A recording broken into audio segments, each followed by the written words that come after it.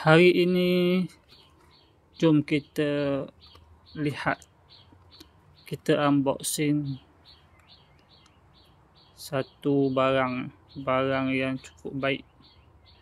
Barang ni dah lama sebenarnya saya jual, bermula tahun 2010 dulu lagi. Okey, ini barangnya, iaitu cermin mata Ray-Ban, cermin mata Ray-Ban. Yang ni ialah model RB2140 Wayfarer.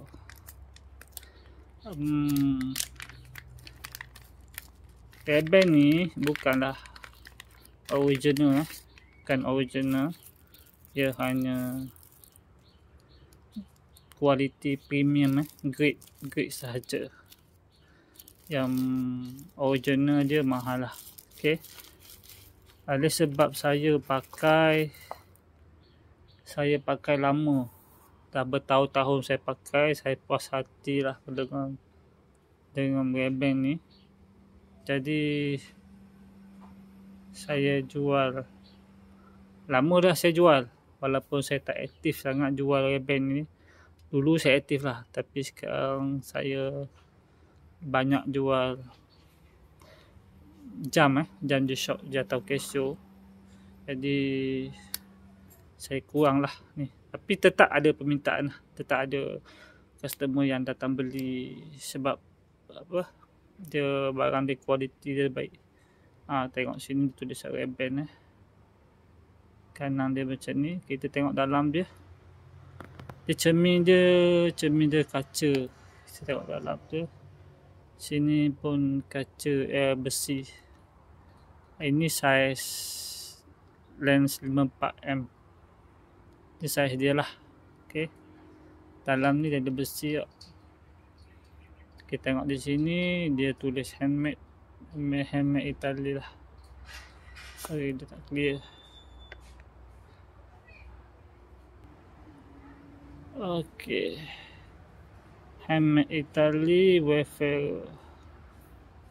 Di cermin dia tu, tulisan dia. Kita tengok sini, cermin dia kaca, cermin dia kaca. Ni RB bukan BL, RB.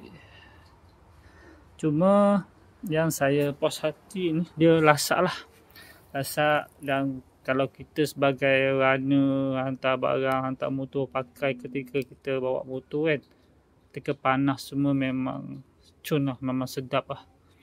Dia tak apa, dia tak ada polarized, model dia tak ada polarized lens kaca ni kan, tapi dia sedap pakai, mata kita tak berair, bawa kereta semua okey.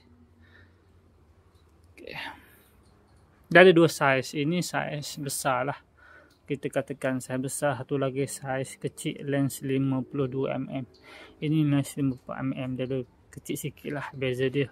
Okey, ini yang banyak saya jual, banyak orang minta, banyak orang belilah model ni. Dia datang macam ni lah, macam ni, ada kotak, ada ni, jadi ada paper bag semua.